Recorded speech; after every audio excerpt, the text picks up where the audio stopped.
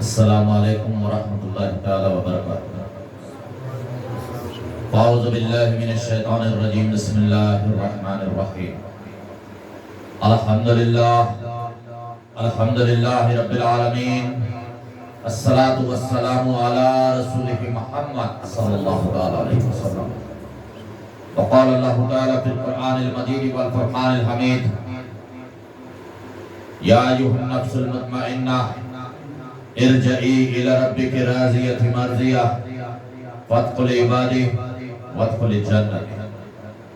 صدق اللہ المولانا العظیم وبلغنا رسولہ النبی الامین المختار الکریم، ذلک لمن الشاہدین الشاکرین والحمد للہ رب العالمین۔ وقال اللہ تعالی فی شان حبیبہ الکریم: ان اللہ وملائکتہ یصلون علی النبی یا ایھا الذین آمنوا صلوا علیہ وسلموا تسلیما۔ اللہم صلی علی سیدنا شفیعنا نبینا مولانا محمد وعلی آلہ محمد وبارک وسلم۔ ایک مرتبہ اور رسول اور آل رسول صلی اللہ تعالی علیہ وسلم کی بارگاہ پہ قسمہ میں ہدیہ درود پاک پیش کرے۔ اللہم صلی علی سیدنا شفیعنا نبینا مولانا محمد وعلی آلہ محمد وبارک وسلم۔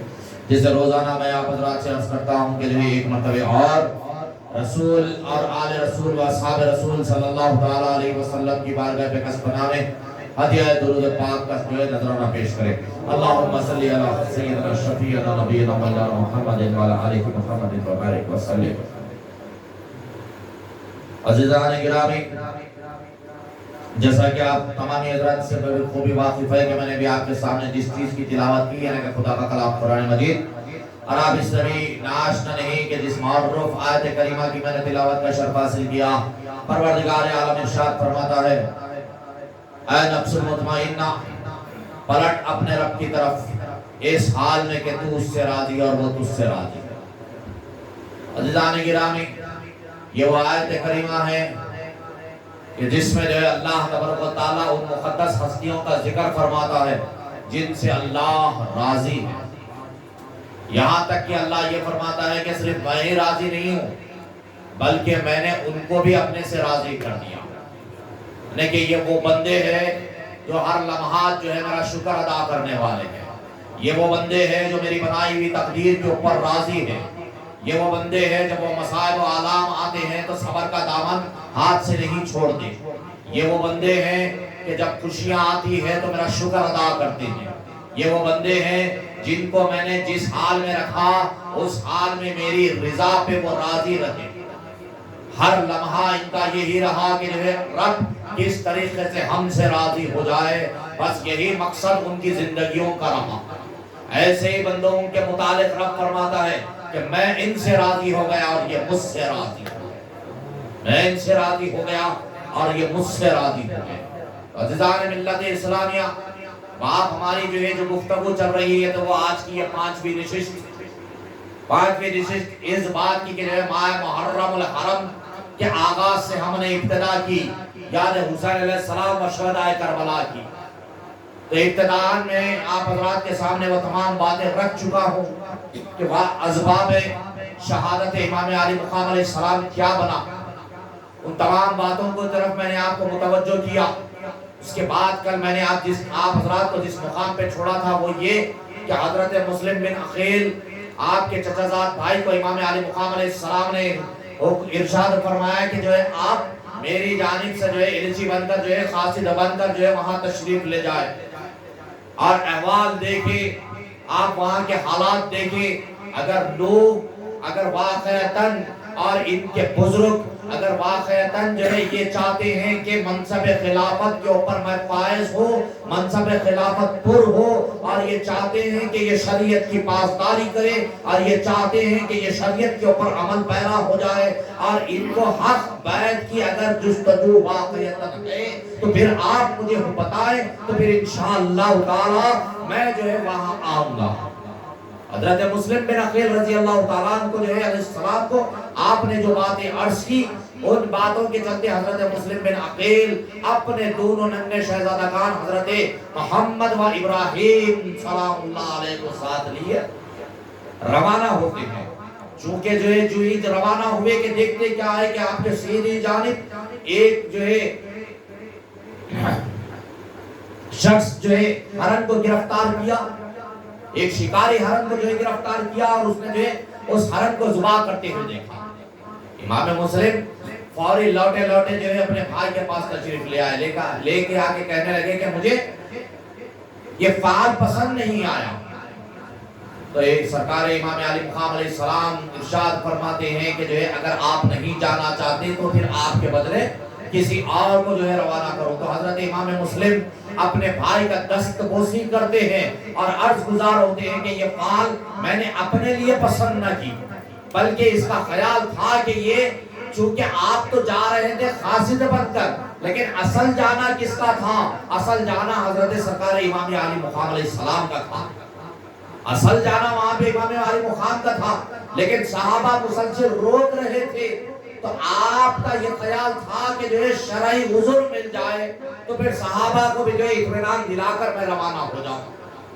اس کے بعد حضرت مسلم بن عقیل آپ کی دست بوسی کرتے ہیں، پھر مدینے کا راستہ لیتے ہیں، اپنے دونوں ننھے شہزادگان کو ساتھ لیا، مدینے کے سمت چل پڑے۔ جب مسجد نبی صلی اللہ تعالیٰ علیہ وسلم میں پہنچتے ہیں، سرکار دو عالم صلی اللہ تعالیٰ علیہ وسلم کے پاس آپ کی پھر ایک مرتبہ اور شرف بالیہ بھی ہوتی ہے۔ آپ جو ہے پھر وہاں پہ جو ہے کچھ لمحات کے لیے جو ہے کچھ وقت کے لیے جو وہاں پہ رکتے ہیں۔ اس کے بعد میں مسجد نبی صلی اللہ علیہ وسلم میں کثرت نوافل گزارتے ہیں۔ یاد رکھو عزیزان ملت اسلامیہ، میرے آقا سرکار دو عالم صلی اللہ تعالیٰ علیہ وسلم نے ارشاد فرماتے ہیں رب کا قرب حاصل کرنے والے بندوں میں وہ بندے بھی ہیں جو کثرت نوافل ادا کرتے ہیں۔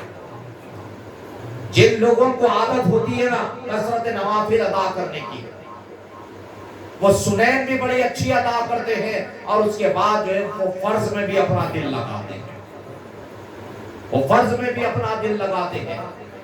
یہ نہیں کہ جو ہے حکم دیا گیا فرض ادا کر دو تو صرف آئے دو ٹھونکے مار دیے چلے گئے، ایسا نہیں۔ میرے آقا ارشاد فرماتے ہیں کہ لا صلاۃ فی حضور القلب، وہ نماز نہیں جس میں دل نہ حاضر ہو۔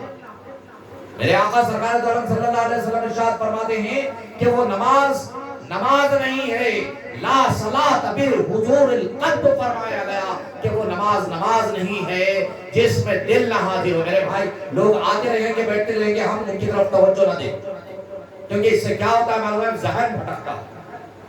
لوگ جہاں آئیں گے، جہاں جگہ ملے گی وہاں پہ بیٹھ جائیں گے۔ آپ حضرات برائے مہربانی جو ہے ان کی طرف توجہ مت کریے، آپ جو ہے ادھر خطاب کی طرف توجہ رکھیں اپنا۔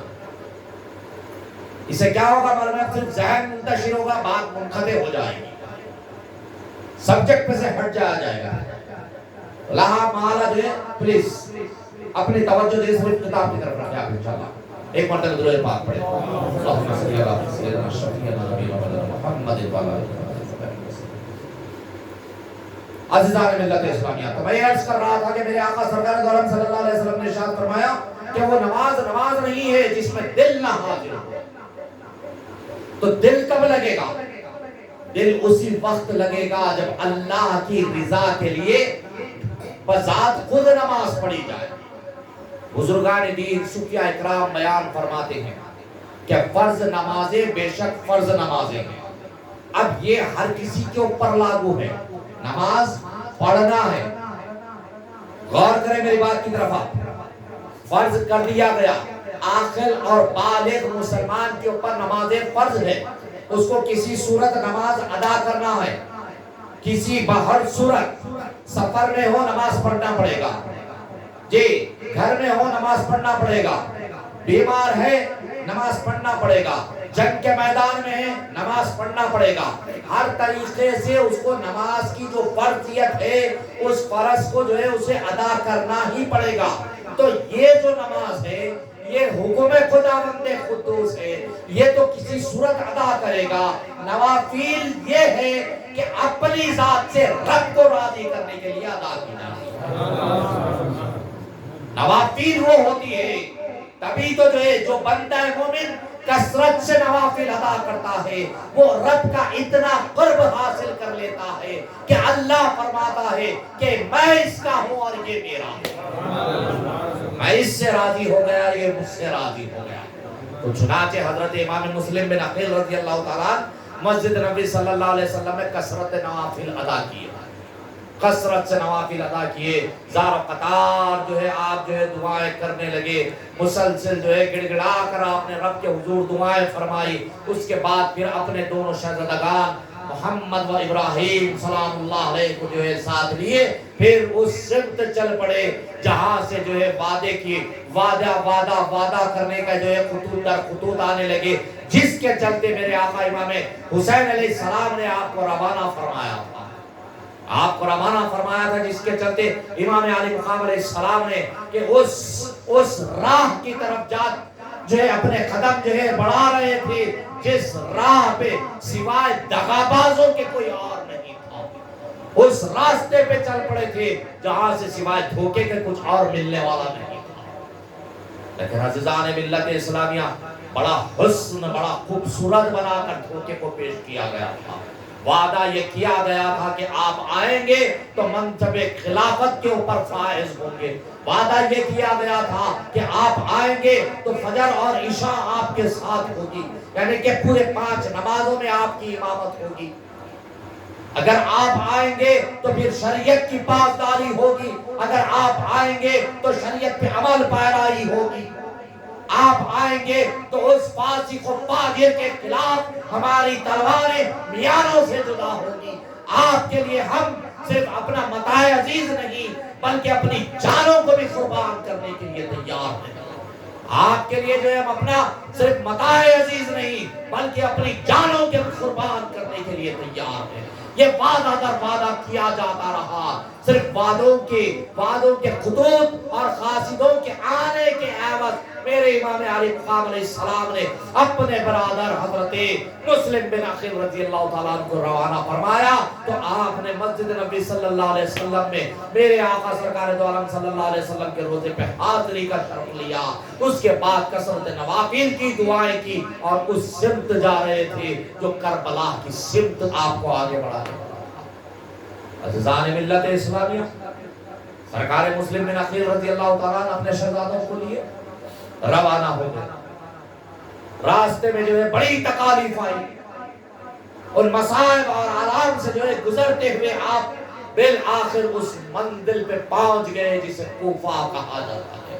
کوفہ کے لوگوں نے جب آپ کو دیکھا تو بڑے شوق عقیدت کے ساتھ، بڑی فرط محبت کے ساتھ آپ کی دستبوسی کرتے ہیں۔ اس کے بعد جو ہے لوگ جوق در جوق جو ہے ایک جلوس کی شکل میں جو ہے نعرے بلند کرتے ہوئے حضرت جو ہے مختار کے گھر یا عام کے گھر جو ہے آپ کو جو ہے لے جاتے ہیں، اور نہیں بلکہ اور سجا کے گھر آپ کو جو ہے وہاں پہنچایا گیا۔ آپ نے جو ہے، لیکن اکثر روایتیں تو مختار کی ملتی ہے تو ہم ذکر کریں گے مختار کا، تو مختار کے گھر میں جو ہے آپ نے جو ہے قیام کیا اور وہاں لوگ جوق در جوق آتے گئے، اہل بیت سے محبت کا جو ہے اظہار کرتے گئے، اہل بیت کے قدموں پہ اپنی جانوں کو نچھاور کرنے کے وعدے کرتے گئے، وعدہ در وعدہ ہوتا رہا۔ ایک ہی دن میں ایک وقت میں جو ہے 4000 لوگوں نے جو ہے بیعت کرنا ہے۔ ایام گزر رہے ہیں، روزانہ مجمع آ رہا ہے، کوفہ کے جو ہے بڑے بڑے عمرہ جمع ہو رہے ہیں، وہ تمام لوگ جمع ہونے لگے۔ اس کے بعد روایتوں میں یہ بات ملتی ہے کہ ایک دن وہ آ گیا کہ 18000 لوگوں نے بیعت کر لی۔ جب امام مسلم علیہ السلام نے یہ حالات دیکھی کہ سینکڑوں کا مجمع جمع ہو چکا ہے اور ہر کسی کے دل میں جو ہے صرف اہل بیت سے محبت کی باتیں ہو رہی ہیں اور ہر کوئی اس وقت یزید کی تخت شاہی کا مخالف نظر آ رہا ہے، ہر کوئی فرد جو ہے یزید کی تخت شاہی کا مخالف نظر آ رہا ہے۔ خود گورنر کوفہ پریشان ہے اس حال کو دیکھ کر، لیکن گورنر کوفہ بھی جو ہے کوئی مخالف امام علی مقام نہیں تھا، اس نے کوئی جو ہے مزاحمت نہیں کی، اس نے خاموشی اختیار کی۔ اب یہاں مسلسل لوگ بڑھتے چلے جا رہے ہیں، بیعت کرنے والوں کا جو ہے تذکرہ ہوتا ہے، سینکڑوں کی تعداد میں لوگ جمع ہو گئے۔ تو اس حال کو دیکھ کر، اہل بیت سے ان کی محبتوں کو دیکھ کر، ان کی جو ہے وفاداریوں کو دیکھ کر، یوں کہوں کہ جو ہے ان کی وفاداریوں کو دیکھ کر، کیونکہ انہوں نے حضرت علی سے بھی وعدہ کیا تو دھوکہ دیا اور انہوں نے حضرت حسن سے بھی وعدہ کیا تو دھوکہ دیا، اس کے چلتے امام علی مقام علیہ السلام سے بھی وعدہ ہو رہا ہے، لیکن میں یہ کہتا ہوں کہ جو ہے امام عالی مقام سے وعدہ جو تھا اور امام عالی مقام علیہ السلام اس وعدے کو جو ہے مانتے بھی گئے اور شرعی حضور بھی سامنے تھا. یہ اس کا مقصد صرف یہی تھا کہ آپ کو بچپن ہی میں حکم دے دیا گیا تھا کہ جا کے شہادت نوش کرنا ہے. آپ کے لیے جو ہے یہ بشارتیں بچپن ہی میں آ چکی تھی. جبرائیل امین آتے گئے, بار بار بشارتیں دیتے گئے. یہ حضور پاک علیہ الصلوۃ والتسلیم نے بچپن ہی میں کہہ دیا تھا کہ میرا یہ نواسہ شہید کر دیا جائے گا.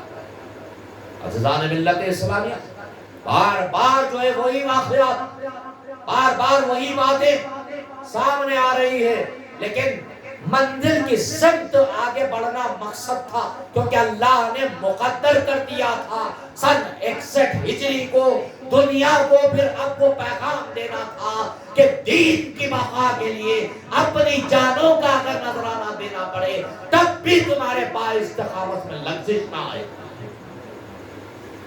یہ مقصد تھا, منشاء خداوند قدوس تھا کہ جو ہے اپنی جان کا نذرانہ دے کر, صرف اپنی جان کا نہیں بلکہ اپنی اولاد کا نذرانہ دے کر بھی اگر دین کو بچانا ہے تو پھر تم کو تیار رہنا پڑے گا.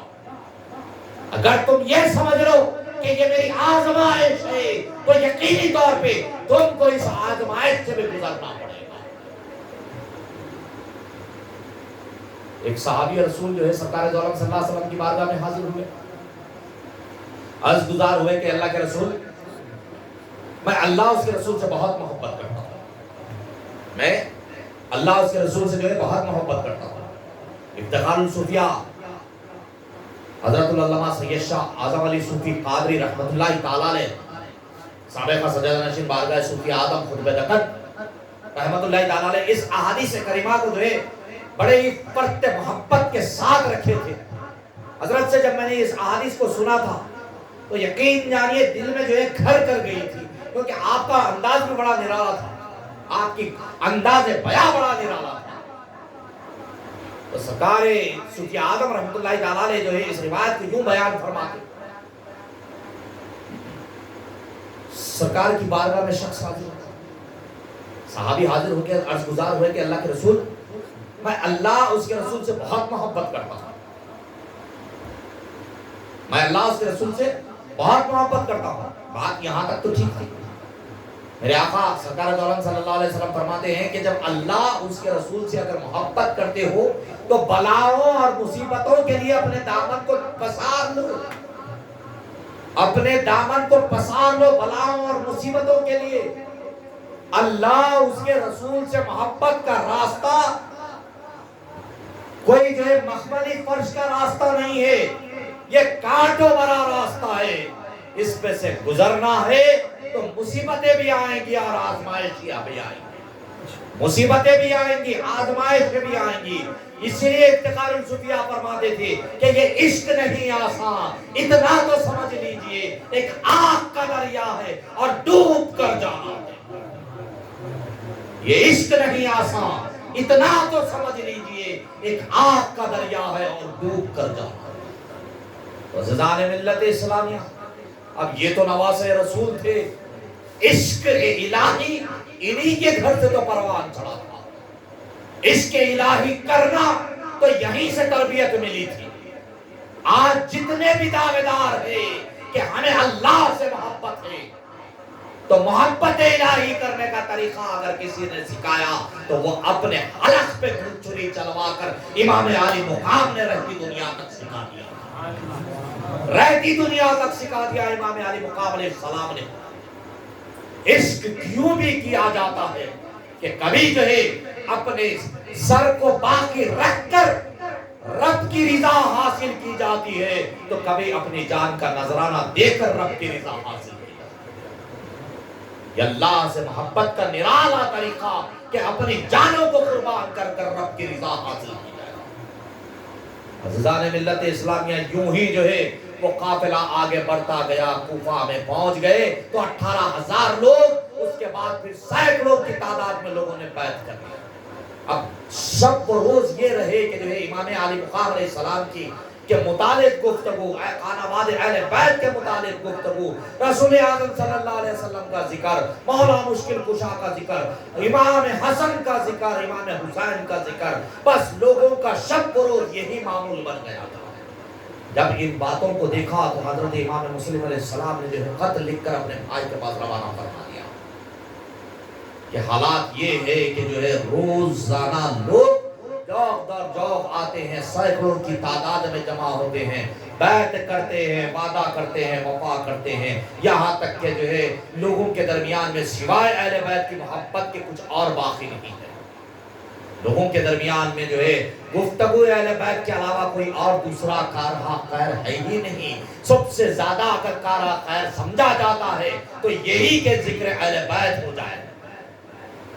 لوگ سب سے زیادہ جو ہے اہل بیت سے محبت کے دعوے دار ہیں۔ چنانچہ یہ خط لکھ کر جو ہے قاصد کو روانہ کر دیا گیا۔ اب ادھر جو ہے کچھ وہ لوگ تھے جو یزید کے پیروکار تھے، کوفہ میں ہی تھے، یزید کی پیروی کرنے والے، یزید سے محبت کرنے والے، یزید کا دم بھرنے والے، یزید کی چاہت میں اپنی زندگیوں کو گزارنے والے کچھ لوگ وہ بھی تھے۔ انہوں نے جو ہے خط لکھ کر ایک جاسوس کو جو ہے یزید کے پاس روانہ کر دیا کہ جو ہے تقریباً اس وقت تک جو ہے ہزاروں کی تعداد میں کوفہ میں لوگ جمع ہو گئے ہیں، بیعت ہو رہی ہے، مسلم بن عقیل یہی ہیں کہ دیر نہیں ہے کہ اب امام علی مقام علیہ السلام تشریف لا لیں گے اور منصب خلافت کے اوپر جو ہے یہاں کے لوگ آپ کو اپنا امیر المومنین مان لیں گے، اور یہ دن بھی دور نہیں ہوگا کہ اس وقت جو ہے دار الخلافہ کے اوپر حملہ کر دیا جائے۔ اور یزید سن، تیرے پاس مقابلہ کرنے کی جرأت نہ ہوگی، کیونکہ اس وقت سینکڑوں کی تعداد میں کوفی جمع ہو چکی ہیں۔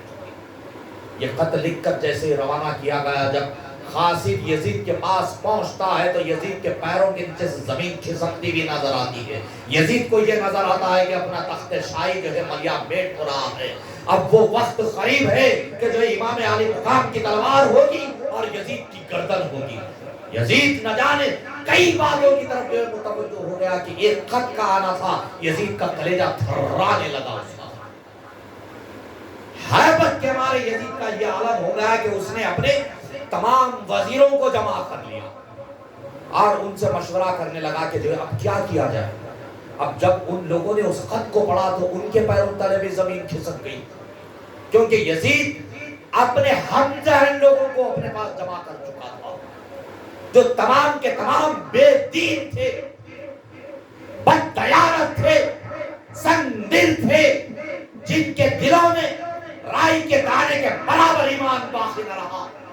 بظاہر طور پہ مسلمان تھے، بظاہر طور پر مسلمان تھے، اذان ہوتی، نماز پڑھتے، لیکن سنگ دلی اتنی، کیونکہ اللہ کے رسول صلی اللہ علیہ وسلم کا ارشاد ہے کہ وہ شخص مومن نہیں ہو سکتا جس کا دل سنگ ہے، جس کا دل سخت ہوتا ہے، جس کی زبان سخت ہوتی ہے، وہ شخص کبھی مومن نہیں ہو سکتا، مسلمان نہیں ہو سکتا۔ بظاہر اپنے آپ کو مسلمان کہہ لو، مسلمانوں کے گھر میں پیدا ہو گئے لہذا مسلمان کہہ لو، لیکن وہ شخص قطعی ایمان والا نہیں ہو سکتا، مسلمان نہیں ہو سکتا جس کا دل سخت ہوتا ہے۔ تو وہاں یزید نے اپنی دارالحکومت میں جو ہے تمام کے تمام سنگ دل لوگوں کو جمع کر لیا تھا، تمام کے تمام سنگ دل لوگوں کو جمع کر لیا تھا۔ اب ان لوگوں نے جب خط پڑھا کہ جو ہے سینکڑوں کی تعداد میں اتنے کہ جو ہے فوج شام سے زیادہ لوگ جمع ہو چکے ہیں، فوج شام سے زیادہ لوگ جمع ہو چکے ہیں، تو اب کیا کیا جائے؟ اب کافی غور و فکر ہوئی، کافی دیر تک فکر مندی میں بیٹھے رہے، تو اس میں ایک کمبخت نے پلٹا کر کہا کہ جو ان تمام باتوں کا انحصار اگر کسی چیز پہ ہے تو وہ ہے کوفیوں کے وعدے پر۔ یہی تو لمحہ رہا عزیزان ملت کہ ان لوگوں کو بھی اس بات کا اندیشہ تھا کہ کوفی کبھی بھی اپنا وعدہ نہیں نبھائیں گے، کوفہ کے لوگ کبھی اپنے وعدے کے اوپر نہیں قائم رہیں گے۔ وعدے کے خلاف جانا یہ کوفیوں کی نس نس میں بھرا تھا، کبھی کوفی اپنا وعدہ پورا نہیں کریں گے۔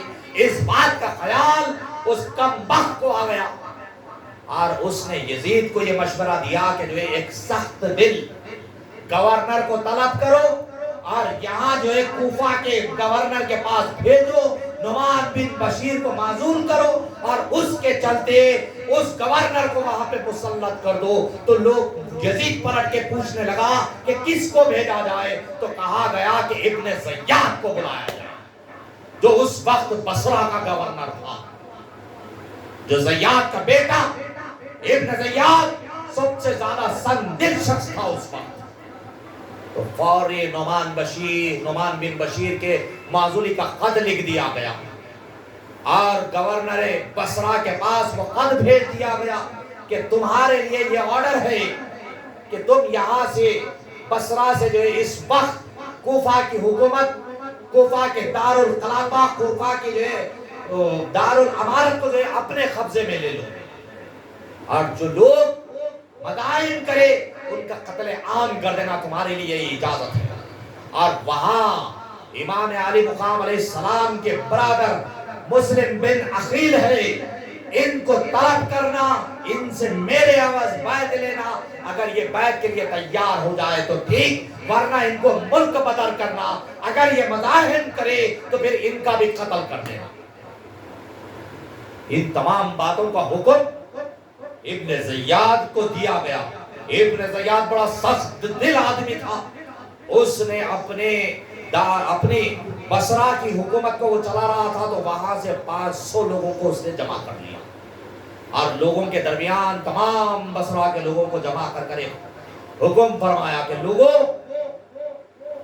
مجھے اس بات کا پتہ چلا ہے، کچھ دیر پہلے میرے پاس ایک قاصد کو پیش کیا گیا، ہوا یوں کہ امام علی مقام علیہ السلام کے پاس جب حضرت مسلم بن عقیل کا قاصد پہنچا، اس وقت تک امام حسین علیہ السلام کو یہ پتا چلا کہ بصرہ کے لوگ بھی جو ہے آپ کو خلیفہ ماننے کے لیے تیار ہیں، بصرہ کے لوگ بھی یہ چاہتے ہیں کہ امام علی مقام علیہ السلام خلیفۃ المسلمین بن جائے۔ تو آپ نے اپنے ایک قاصد کو ایک خط دے کر روانہ فرمایا کہ جاؤ لوگوں کے درمیان میں یہ کہو کہ جو لوگ بھی یہ چاہتے ہیں کہ جو ہے میری ہاتھ پہ بیعت کرے اور میری اقتداء میں نماز پڑھے اور میرے پیچھے جو ہے شریعت کو سمجھے، تو وہ جو ہے میرا ساتھ دینے کے لیے تیار ہو جائے کہ میں کوفہ کے لیے روانہ ہونے والا ہوں۔ بس سلام، آپ نے خط لکھ کر بھیج دیا۔ تو وہ تمام امراء بصرہ کے پاس گشت کرتا ہوا ایک شخص کے پاس پہنچا، تو اس شخص نے یہ دیکھا کہ جو ہے کہیں یہ ابن زیاد کا خط تو نہیں ہے، کہ یہ کوئی فرد یہ جاسوس تو نہیں ہے، کہیں اس کو یہ خیال ہونے لگا کہ کہیں یہ شخص کوئی جاسوس تو نہیں، کہ ابن زیاد کہیں ہم کو آزمانے کے لیے اپنا ایک قاصد ہمارے درمیان میں چھوڑ دیا، چھوڑ کر کہیں جو ہے ہم کو آزما تو نہیں رہا ہے، آزمائش میں تو نہیں ڈال رہا ہے کہ دیکھیں کہ بصرہ کے لوگ کر کیا رہے ہیں۔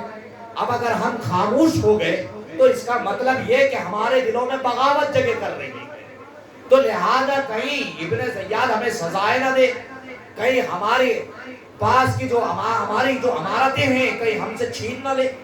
اس خیال کے چلتے اس شخص کو، اس قاصد کو لے کر یہ ابن زیاد کے پاس پہنچا۔ ابن زیاد کے پاس دوسرا جو ہے یزید کے پاس کا قاصد آ گیا، ان دونوں چیزوں کو ملا دیا گیا۔ ابن زیاد نے جو اس قاصد امام علی مقام علیہ السلام کو پکڑا اور اس کو فوری قتل کر دیا اور خط لے لیا، فوری یزید کے پاس کا حکم نامہ لیا، دونوں کو لے کر دارالامارت پہ چڑھ گیا اور تمام لوگوں کو جمع کیا، جمع کر کہنے لگا کہ لوگوں سنو، میں وہی ہوں زیاد کا بیٹا، میں وہی زیاد کا بیٹا ہوں جو بڑا سنگ دل ہوں، اگر کوئی میری حکومت کے خلاف اگر ٹھہرنے کی کوشش کرے یا اگر کوئی یزید کی بغاوت اپنے دل میں بھی لائے یا رات کے اندھیرے میں بھی اگر سوچ لے، اسی کے الفاظ دہرا کے سنا رہا ہوں آپ کو، جو چیز لکھی گئی وہی باتیں سنا رہا ہوں آپ کو، کہ اگر کوئی رات کے اندھیرے میں یہ سوچ لے کہ ہم یزید کی حکومت کے خلاف جائیں گے تو میں قریب کے عوض بیعت کو پکڑوں گا، دور والوں کے عوض قریب والوں کو پکڑوں گا، ایک دوست کے عوض اس کے تمام دوستوں کو پکڑوں گا، اگر ایک شخص کوئی ہوگا تو میں اس کے تمام خاندان کو پکڑوں گا، یہاں تک کہ اس کے قبیلے کو نیست و نابود کر رکھوں گا۔ یہ ابن زیاد کا جو ولولہ انگیز ایک انداز رہا اس وقت، جس کو لوگ سنے تو تھرانے لگے۔ لوگوں کے اندر کی جو ہمت، جو یزید کے خلاف کی جو بغاوت پوری کی پوری پست ہونے لگی، اس وقت پوری کی پوری پست ہونے لگی۔ لوگ جو چاہتے تھے امام علی مقام سے بیعت کرنا، ان کے ارادے ٹوٹنے لگے۔ ابن زیاد نے کہا کہ میں اپنے بھائی عثمان بن زیاد کو تمہارے حوالے کرتا ہوں، اور اس وقت وہ تمہارا امیر ہوگا۔ اگر کسی نے اس کی حکم عدولی کی تو میں اس کی کھال ادھیڑ کر اس کے گھر کے اوپر ہی اس کے لاشے کو لٹکا دوں گا، اور میں عثمان کو وہ تمام چیزوں کی اجازت دیتا ہوں جو معاملہ میں تمہارے ساتھ کر سکتا تھا، وہی معاملہ عثمان ابن زیاد تمہارے ساتھ کرے گا۔ کوئی لمحہ ایسا نہیں ہوگا اور کسی کے ساتھ کوئی نرمی نہیں اختیار کی جائے گی، بھلے ہی وہ کتنا ہی اثر و رسوخ والا ہو۔ اگر کسی کے بارے میں یہ علم ہوگا کہ یہ بغاوت کو ہوا دے رہا ہے، یا پھر کسی قسم کی کوئی ایک محفل میٹنگ اگر یزید کے خلاف یا جو ہے حکومت کے خلاف اگر کوئی کسی کے مکان میں ہوتی ہوئی پتہ بھی چلے، تو اس مکان کے اندر ان لوگوں کو ڈال کر زندہ آگ بھر دی جائے گی۔ اب یہ باتیں سننے کے بعد کسی کے کلیجے میں ہمت نہیں تھی، کوئی یہ سوچ نہیں سکتا تھا کہ جو ہے ابن زیاد کے خلاف ٹھہرے، اور ابن زیاد اسی سختی کو لوگوں کے سامنے ظاہر کر رہا تھا جو یزید کے سامنے پیش کی گئی تھی۔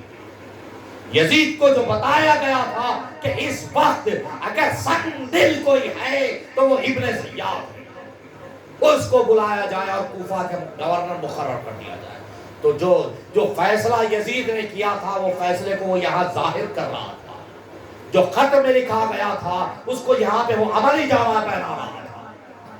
ہر وہ لمحہ، ہر بات، ہر لفظ، ایک ایک لفظ میں جو ہے لوگوں کو اپنی موت نظر آنے لگی تھی، لوگوں کو اپنی تباہی نظر آنے لگی تھی۔ تو ہر کوئی جو ہے گھبرا کر، پریشان ہو کر اپنے پاؤں کو پیچھے کرنے لگ گیا۔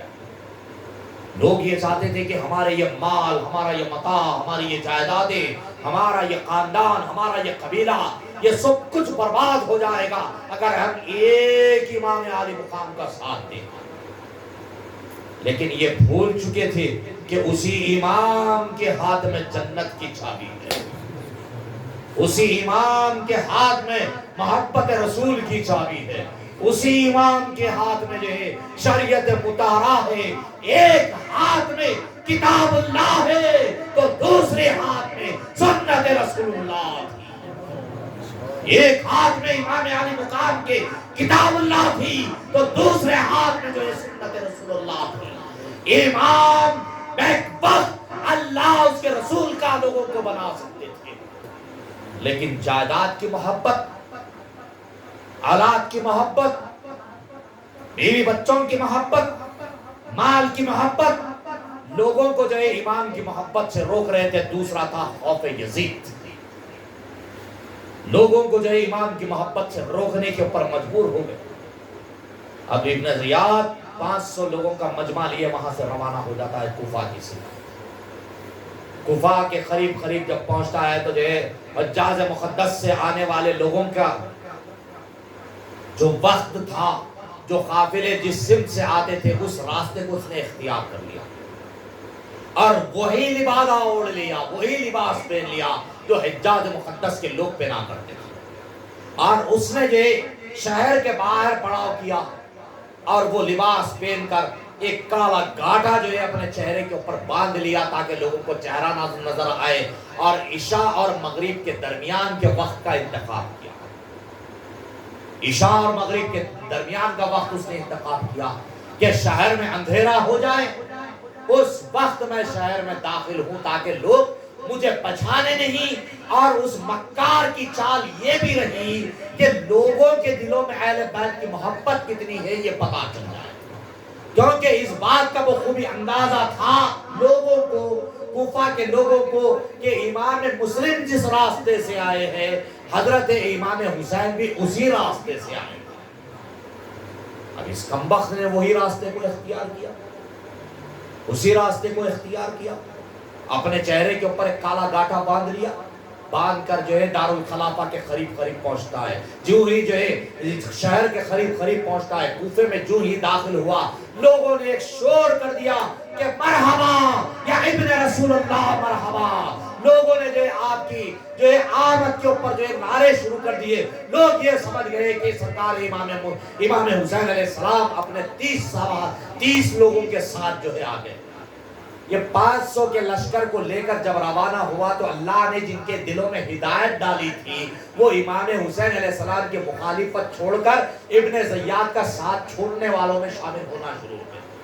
500 کے قافلے میں کمی آنا شروع ہو گئی تو ابن زیاد اس کی پرواہ کیے بغیر آگے بڑھ گیا. اب یہاں شہر کے باہر جو قافلے کو رکا تو اس میں سے جو ہے 30 مضبوط لوگوں کا انتخاب کیا. ان لوگوں کو بھی سر جھکائے چلنے کا حکم دیا اور خود بھی سر جھکا کر چلنے لگا. جب سر جھکا کر آگے بڑھتا ہے تو لوگ نعرے مارنا شروع کر دیتے ہیں, مبارکبادیاں ایک دوسرے کو دینا شروع کر دیتے ہیں کہ ہمیں جن کا انتظار تھا وہ شخصیت آ چکی. اب یہ سننا تھا اہل بیت کی محبت لوگوں کے دلوں میں دیکھ کر یہ اندر کڑکڑانے لگ گیا, اندر سے لان تان کرنا اس کمبخت نے شروع کر دیا کہ اہل بیت سے اتنی محبت اور یزید کی اتنی مخالفت. جب یہ کمبخت جو ہے گڑ گڑا جب کانپنے لگا, مچلنے لگا, تو پھر جب دارالامارت کے قریب پہنچ کے جو ہے دستک دیتا ہے تو اندر سے نعمان بن بشیر نے کہا کہ نہیں اے ابن رسول اللہ, میں آپ کی مخالفت بھی نہیں کروں گا اور اپنی امارت بھی جو ہے میں آپ کے حوالے نہیں کروں گا, آپ روانہ ہو جائیے. نعمان بن بشیر کو بھی پتا نہیں کہ ابن زیاد آیا ہے, آپ یہ سمجھ رہے کہ امام حسین آ گئے. اب فوری آپ نے کہا کہ میں دارالخلافہ آپ کے حوالے نہیں کرتا, آپ جو ہے اس وقت یہاں پہ مت آئیے, آپ چلے جائیے, میں آپ کا مذاہب بھی نہیں کروں گا, میں آپ کا راستہ بھی نہیں روکوں گا. یہ سننا تھا. ابن زیاد نے کہا کہ کمبخت مرجانی ہے, دروازے کو کھول. یہ سننا تھا کہ کچھ لوگ جو اطراف میں ابن رسول اللہ سمجھ کر, امام علی مقام سمجھ کر جو قریب تھے, ان میں سے ایک شخص نے اس آواز کو سن کر پہچان لیا. لوگوں نے کہا, لوگوں کے درمیان میں کہنے لگا کہ لوگوں خیر نہیں ہے, یہ تو ابن زیاد ہے جو ہمارے درمیان میں آ گیا. یہ خیر کی جو ہے دلیل, یہ خیر والی بات نہیں ہے کہ اس وقت ابن زیاد ہمارے درمیان میں آ گیا. لوگ سن کر پیچھے ہٹنے لگے. اندر سے نعمان بن بشیر کو بھی جب پتا چلا کہ ابن زیاد آیا ہے تو فوری آپ نے دروازہ کھول دیا. وہ اندر داخل ہوا اور دروازے کو بند کر دیا اور نعمان بن بشیر کو معزول کر دیا گیا. آپ کے ہاتھ سے دارالامارت لے لی گئی اور حکم دیا گیا کہ جو ہے تمام امرائے کوفہ کو جمع کیا جائے. صبح تک کا انتظار کیا گیا. صبح فجر کی نماز کے بعد تمام امرائے کوفہ کو جمع کیا گیا. جمع کر لوگوں سے پھر وہی انداز میں, اسی جو ہے ولولے انگیز انداز میں, اسی ایک روب اور دبدبے والے انداز میں جو ہے پھر ان امرائے کوفہ کے درمیان میں تقریر کرنے لگ گیا کہ لوگوں اس وقت امیر المومنین معاذ اللہ, یہ میرے نہیں, اس کمبخت ابن زیاد کے الفاظ کہ امیر المومنین یزید ابن معاویہ نے مجھے جو ہے تمہارا امیر مقرر کر کر بھیجا, لہذا تم اپنی امانتیں میرے حوالے کر دو, یعنی کہ تم اپنی جانیں میری حوالے کر دو. لوگ پریشان ہو گئے کہ جانیں کیسے حوالے کر دیں. لوگوں کی اس پریشانی کو, لوگوں کی اس حیبت کو, اس وقت وہ کمبخت بھاگ گیا. کہنے لگا کہ تمہاری امانتیں, تمہاری جان مجھے لکھ کر دے دو کہ تم یزید کے خلاف نہیں ہو. اگر لکھنے کے بعد کوئی بھی ایک فرد یزید کے اگر مخالف ہوا تو پھر اس کے خاندان کو جو ہے چوراہے کے اوپر لٹکایا جائے گا, ان کی چمڑیوں کو جسم سے نکلا کیا جائے گا, اس کے بعد جان لی جائے گی. یہ خطرناک سزا جب لوگ سنے تو تھرانے لگے. لوگوں کی حیبت کو, لوگوں کے چہرے کے خوف کو اس نے پڑھ لیا. اس کے بعد لوگوں سے کہا کہ لوگوں اب میں تمہیں اجازت دیتا ہوں کہ تم دارالامارت پہ چڑھ جاؤ اور لوگوں سے کہو کہ اس وقت مسلم بن عقیل جہاں ہے وہاں سے گرفتار کر کر میرے پاس لایا گیا اور اپنے قبیلے کو لوگوں کو روکو کہ مسلم بن عقیل کا ساتھ نہ دے. کوئی بھی اہل بیت سے محبت کا دعویدار ہے تو وہ سامنے آ جائے. اور جس کسی نے بھی مسلم بن عقیل کو پناہ دی ہے یا تو وہ خود مسلم بن عقیل کو ساتھ لے کر آ جائے یا پھر دارالامارت میں آ کر میرے سامنے اپنے آپ کو پیش کر دے اور جو ہے مجھے وہ پتہ بتا دے جہاں پہ مسلم بن عقیل کو رکھا گیا. مسلم بن عقیل سلام جو ہے علیہ السلام جو ہے آپ اس کے بعد جو ہے مختار کے گھر میں رہنا آپ نے گوارا نہ کیا اور اہل بیت سے محبت کرنے والی ایک اور شخصیت حضرت ہانی کے گھر میں آپ تشریف لے آئے. لیکن ہانی کا جو ہے آپ کا آنا جو ہے پسند نہیں ہوا. ہانی نے کہا کہ جو ہے آپ اہل بیت سے میں محبت ضرور کرتا ہوں لیکن یہ نہیں کہ جو ہے میں آپ کو جو ہے اپنے گھر میں آنے دوں. آپ نے کہا کہ جو ہے میں اس وقت غریب الوطن ہوں, میں جو ہے اس وقت آپ ہی لوگوں کے کیے گئے ہوئے وعدے کے اوپر اپنے بھائی کے تو جو ہے عوض جو ہے میں یہاں پہ آیا ہوں. آپ لوگوں سے بیعت لی ہے, آپ لوگوں نے وعدہ کیا, میرے بھائی کو میں قاصد روانہ کر چکا ہوں کہ ہو سکتا ہے کہ امام علی مقام نواسہ رسول ان قریب تمہارے درمیان میں ہو تو ہم کیا چہرہ بتائیں گے, کیا جواب دیں گے, لیکن مجھے تم پناہ دو, میں تمہاری پناہ میں آنا چاہتا ہوں. تو امام مسلم کی اس بات کو سن کر ہانی کا دل گوارا نہ کیا کہ پھر آپ کو روانہ کر دے. ہانی جو ہے آپ کو گھر کے ایک محفوظ حصے میں لے جا کر رکھ دیا. اب یہاں ابن زیاد مسلسل گشت کروا رہا ہے کہ امام مسلم گئے کہاں. مسلسل گشت ہو رہی ہے لیکن امام مسلم کا کوئی پتہ نہیں. اب تب بھی لوگ جو ہے ہانی کے گھر میں جمع ہوتے ہیں, چھپ چھپ کر جو امام مسلم سے ملاقاتیں کرتے ہیں اور وعدہ کرتے ہیں کہ وقت اگر آتا ہے تو آپ کا ضرور ساتھ دیا جائے گا. لیکن اب جو کھل کر بیعت ہو رہی تھی وہ بند ہو چکی تھی, جو کھل کر اظہار پرت محبت ظاہر ہو رہا تھا وہ تمام جو ہے غائب ہو چکا تھا. لوگوں کے دلوں میں یزید کی ہیبت آنا شروع ہو گئی تھی, لوگوں کے دلوں میں ابن زیاد کا دبدبہ آ چکا تھا. اس کے روب کے سامنے, اس کے جلال کے سامنے اب کوئی ٹھہرنے والا نہ تھا. لوگوں میں کمی آنا شروع ہو گئی, لوگ کم ہونا شروع ہو گئے. بیعت تو ہو رہی تھی, ہزاروں کی بجائے سووں میں آ گئے, سووں کے بجائے جو ہے گنتی میں آ گئے, تعداد کم ہونے لگ گئی. جن کی حقیقت میں محبت تھی وہ چند مٹھی بھر رہ گئے تھے.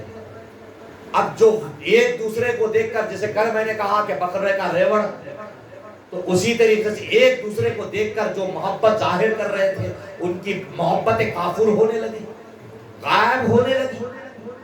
پتہ ہی نہیں چل رہا تھا کہ یہ وہی کوفی ہے جو صبح شام دیدار مسلم کے لیے مختار کے گھر کے باہر کھڑا کرتے تھے کہ ایک جھلک مسلم کی دیکھ لے تو یہ دل میں انگڑائی جو ہے اس کو چین آ جائے.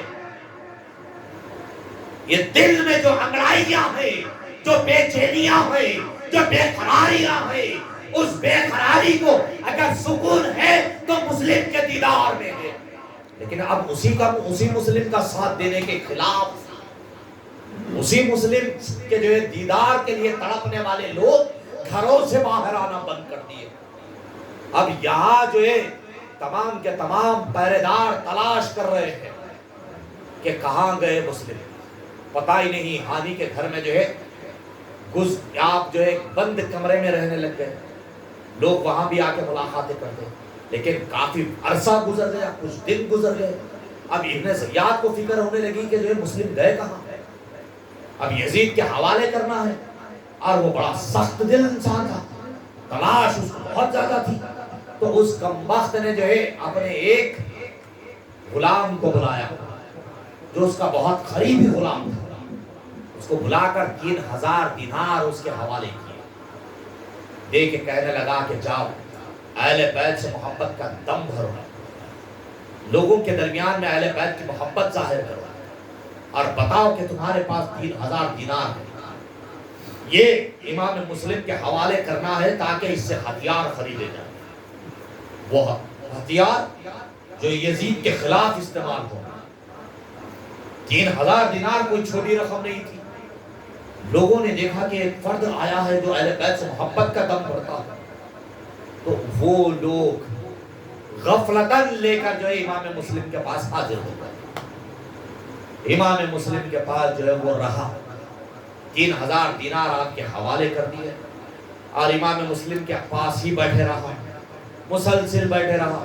امام مسلم نے چاہا کہ تم آرام کر لو، تو کہا کہ آپ کے دیدار میں ہی میرا آرام ہے، میرے آنکھوں کا سکون اگر کہیں ہے تو وہ آپ کے دیدار میں ہے، جی میرے دل کا اگر کوئی چین، اگر کوئی قرار ہے تو وہ آپ کے دیدار میں ہے۔ اتنا بھروسہ دلا دیا، اور یہ اہل بیت کا خاندان تھا، یہ اہل بیت کا خاندان تھا کہ ہر کسی کے ساتھ نرمی سے پیش آتے، ہر کسی کے ساتھ پرت محبت سے پیش آتے، اپنے اور پرائے میں کوئی فرق نہ کرتے۔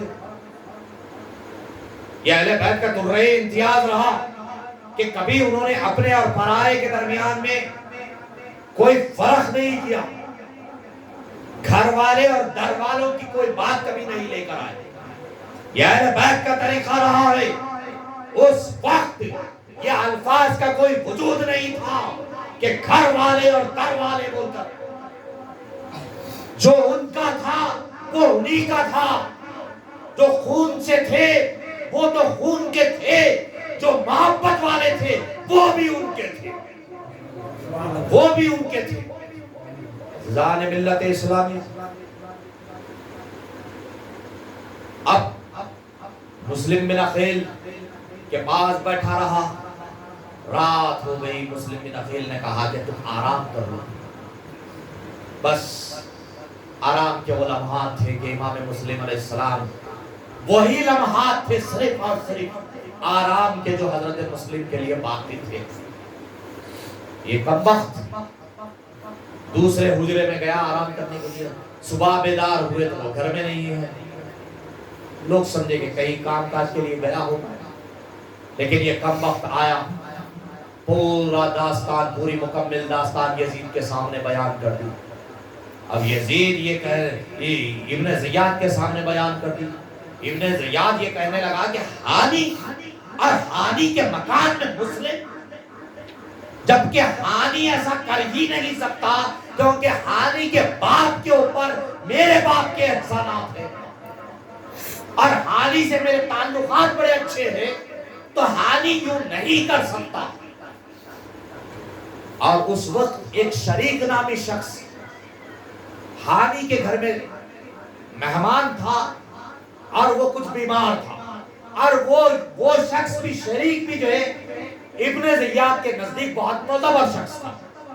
تو آپ نے، ابن زیاد نے بول بھیجایا کہ میں تمہاری عیادت کے لیے آنا چاہتا ہوں، تمہاری عیادت کے لیے آنا چاہتا ہوں۔ آپ نے ایک قریبی محافظ کو ساتھ لیا، شام کے وقت میں جو ہے جانے کا پلان کر لیا۔ تو یہاں شریک نے حضرت مسلم رضی اللہ تعالیٰ عنہ سے کہا کہ اے مسلم، آج یہ کم وقت ابن زیاد میری زیارت کے لیے، میری عیادت کے لیے آ رہا ہے، میں تمہیں موقع فراہم کرتا ہوں، میں جو ہی پانی مانگوں گا، میں پانی کی طلب کروں گا، مجھے پیاس لگی ہے کہوں گا، تم آنا اور اس کے اوپر حملہ کر کے اس کا کام تمام کر دینا۔ دروازے کے پیچھے حضرت مسلم کو چھپا دیا گیا، تلوار ہاتھ میں ہے، چھپا دیا گیا۔ ابن زیاد آیا، گفتگو کرنے لگا شریک کے پاس بیٹھ کر۔ اب گفتگو چل رہی ہے، اس اثنا میں شریک نے کہا کہ لوگوں مجھے پیاس لگی ہے، کوئی ہے مجھے پانی پلا دو۔ کوئی آواز نہیں، اندر سے کوئی چہل پہل نہیں۔ پھر ایک مرتبہ شریک نے کہا کہ لوگوں مجھے پانی پلا دو، میرا گلا سوکھ رہا ہے، لیکن پھر کوئی آواز نہیں آئی۔ تو شریک نے پلٹ کر کہا کہ کیا تم یہ چاہتے ہو کہ میں پیاسا ہی مر جاؤں؟ کیوں مجھے پانی نہیں پلاتے؟ کیوں مجھے تڑپا رہے ہو؟ کیا تم یہ چاہتے ہو کہ موت میرے قریب آ جائے؟ یہ سننا تھا۔ وہ محافظ اس بات کو سمجھ گیا کہ اب ابن زیاد پہ حملہ ہوگا، یہ جو باتیں ہیں اب ابن زیاد کی موت کی باتیں ہو رہی ہیں۔ فوری اس کمبخت نے جو ہے ابن زیاد کو اشارہ کیا کہ یہاں سے اٹھو، اور وہ اٹھا تو یہ کھٹلتا ہوا باہر لے کر نکل گیا۔ اب شریک چاہتا تھا کہ جو ہے کچھ دیر کے لیے ابن زیاد رک جائے۔ اس نے کہا کہ اے امیر کچھ دیر کے لیے رک جاؤ، میں تمہیں کچھ نصیحتیں کرنا چاہتا ہوں۔ لیکن محافظ کے بولنے کے اوپر ابن زیاد کہتا ہے کہ نہیں، میرے پاس وقت کی تنگی ہے، میں پھر 2-4 دن میں تم سے ملاقات کے لیے آتا ہوں۔ باہر نکلنے کے ساتھ ابن زیاد نے کہا، ابن زیاد سے وہ محافظ کہتا ہے، وہ غلام کہتا ہے کہ دیکھو یہاں تمہارے قتل کی تیاری کر دی گئی تھی، یہاں مکمل محاصرہ ہو چکا تھا، کوئی نہ کوئی ایسا تھا جو تم پہ حملہ کرنے والا تھا۔ ابن زیاد پھر پریشان ہو کے کہتا ہے کہ ہانی کے گھر میں میرا قتل، ہانی ایسا نہیں کرے گا۔ پھر وہی بات دہرائی گئی کہ ہانی کے باپ کے اوپر میرے باپ کے احسانات ہیں، کوئی ایسی چیز نہیں ہوگی۔ یہ سننا تھا، لیکن بہرحال پھر آگے بڑھ گئے، دارالامارت وہ پہنچ گئے۔ یہاں شریک نے کہا کہ کیا بات ہے، حضرت مسلم کو آواز دی کہ کیا بات ہے، کہ کس چیز نے آپ کو روکا؟ دشمن سامنے، وہ دشمن جو آپ کے قتل کے در پہ تھا۔ میں نے ابھی جیسے کہا کہ اپنے تو اپنے، پرائے بھی اپنے تھے، کیونکہ امام جانتے تھے کہ یہ بھی کلمہ گو ہے، اور امام یہ بھی جانتے تھے کہ اللہ کے رسول نے فرمایا کہ ایک شخص کا قتل ناحق ساری انسانیت کے قتل کے برابر ہے۔ اب ابن زیاد نے آپ پہ حملہ نہیں کیا تھا جو آپ دفاع کی بات کریں، پہلا حملہ حضرت مسلم کو کرنا تھا، تو غیرت ایمانی نے حضرت مسلم کو رو کے رکھا تھا کہ میں کیسے اس نہایت فرد پر حملہ کروں جو اس وقت کسی کی عیادت کے لیے آیا ہے، میں کیسے اس فرد کے اوپر حملہ کروں جو کسی کی عیادت کے لیے آیا ہے۔ یہ کوئی جنگ کے ارادے سے نہیں بلکہ شریک کی عیادت کے لیے آیا ہے۔ حضرت مسلم سے پوچھا گیا کہ کس بات نے آپ کو روکا؟ تو حضرت مسلم نے کہا کہ 2 باتوں سے، پہلی بات تو یہ کہ ہانی نہیں چاہتے تھے کہ ہانی کے گھر میں کوئی خون خرابہ ہو، اور دوسری یہ بات کہ اللہ کے رسول صلی اللہ علیہ وسلم نے فرمایا کہ مومن کبھی دغاباز نہیں ہو سکتا، مومن کبھی دھوکے سے حملہ نہیں کر سکتا، مومن کے سیوا نہیں ہے کہ میں مومن کسی کے اوپر حملہ آور ہو جائے۔ مجھے ان باتوں نے رو کے رکھا۔ شریک نے کہا کہ ہائے خدایا، ایک بہترین موقع حضرت مسلم نے گوا دیا، لیکن امام مسلم تھے، خانواد رسالت مآب تھے، وہ شخصیت تھی، وہ ذات تھی جو دنیا میں شریعت کی عمل پارائی پہ عمل کرنے والی ذات تھی، لوگوں کے درمیان میں شریعت کو پھیلانے والی ذات تھی، شریعت کی تعلیم دینے والی ذات تھی۔ تو پھر خود کیوں کر کے جو ہے شریعت کے مخالف جاتے، تو پھر خود کیوں کر کے جو ہے رسول کے حکم کے خلاف جاتے، کیوں خود کر جو ہے قرآن کے خلاف جاتے۔ آج ہم وہ ہے جو قرآن کو تو مانتے ہیں لیکن قرآن کو نہیں مانتے، آج ہم قرآن کو مانتے ہیں لیکن قرآن کی نہیں مانتے۔ قرآن ہمارا ایمان ہے لیکن قرآن کے اوپر عمل کرنا ہمارے لیے روا نہیں ہے۔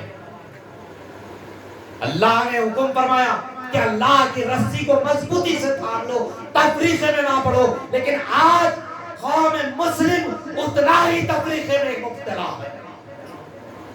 امت مسلمہ کے اندر اگر آپ غور کر کے دیکھو تو تمام قوم مسلم نہیں بلکہ مسلمانوں کے ہر گھر کے اندر تفریقہ نظر آئے گا، انتشار ہے آج۔ وجہ صرف یہی ہے میرے بھائی کہ ہم قرآن کو تو مانتے ہیں لیکن قرآن کی نہیں مانتے، ہم مصطفیٰ کو تو مانتے ہیں لیکن مصطفیٰ کی نہیں مانتے، ہم اماموں کو تو مانتے ہیں لیکن اماموں کی نہیں مانتے۔ تو پھر کیوں کر کامیاب ہوں گے میرے بھائی، کیوں کر کے کامیاب ہوں گے؟ یہ وہی لوگ تھے جنہوں نے اپنی جانوں کا نذرانہ دے کر دین کو قیامت تک کے لیے حیات جاویدانی عطا فرما دی۔ قیامت تک کے لیے دین کو جنہوں نے بلند کر دیا، اپنے سروں کو نیزے پہ چڑھوا لیا، اور اس وقت بھی نیزے پر بھی امام کی زبان سے اگر کچھ نکل رہا تھا تو وہ کلام اللہ تھا، وہ کلام اللہ تھا۔ دین کی بقا بتائی جا رہی تھی کہ لوگ یہ سمجھ رہے تھے کہ یہ سر کٹ گیا، اب ہم اس کو نیزے پہ لے جائیں گے، لیکن وہ سر کٹ کر بھی جو ہے دین کے لیے باقی ہو گیا۔ قیامت تک کے لیے امام مسلم کی شہادت بھی باقی رہ گئی، اور امام حسین کی شہادت بھی باقی رہے گی۔ اگر کوئی نصف نابود ہو گیا تو وہ یزید ہو گیا، اور کوئی نصف نابود ہوگا تو وہ یزید کا پیروکار ہوگا۔ وما علینا الا البلاغ وآخر دعواہم ان الحمدللہ رب العالمین۔ السلام علیکم ورحمۃ اللہ تعالی وبرکاتہ۔ انشاءاللہ تعالی اب کل سے جو کڑی ہوگی وہ مسلسل ایک کڑی ہوگی کہ آپ کی شہادت امام مسلم کی، اور اس کے بعد کے جو دل دہلانے والے واقعات ہوں گے وہ ایک کے بعد دیگر تسلسل کے ساتھ آپ انشاءاللہ جو ہے سماعت فرمائیں گے۔ اور کل سے برائے مہربانی وقت نکال کر 9 بجے سے، کیونکہ الحمدللہ مجمع کو اندر بیٹھنے کے لیے جگہ نہیں ہے، تو آپ حضرات جو ہے برائے مہربانی وقت نکال کر وقت کی پابندی کے ساتھ 9 بجے سے پہلے آ جائے، کیونکہ اب یہاں سے مجھے وقت زیادہ درکار ہے، تو آپ حضرات جو ہے کوشش کر جو ہے جلد سے جلد آ جائے، تاکہ 1 گھنٹے کے اوپر جو ہے میں اپنی بات کو جو ہے آپ حضرات کے سامنے رکھ سکوں۔ السلام علیکم ورحمۃ اللہ تعالی وبرکاتہ۔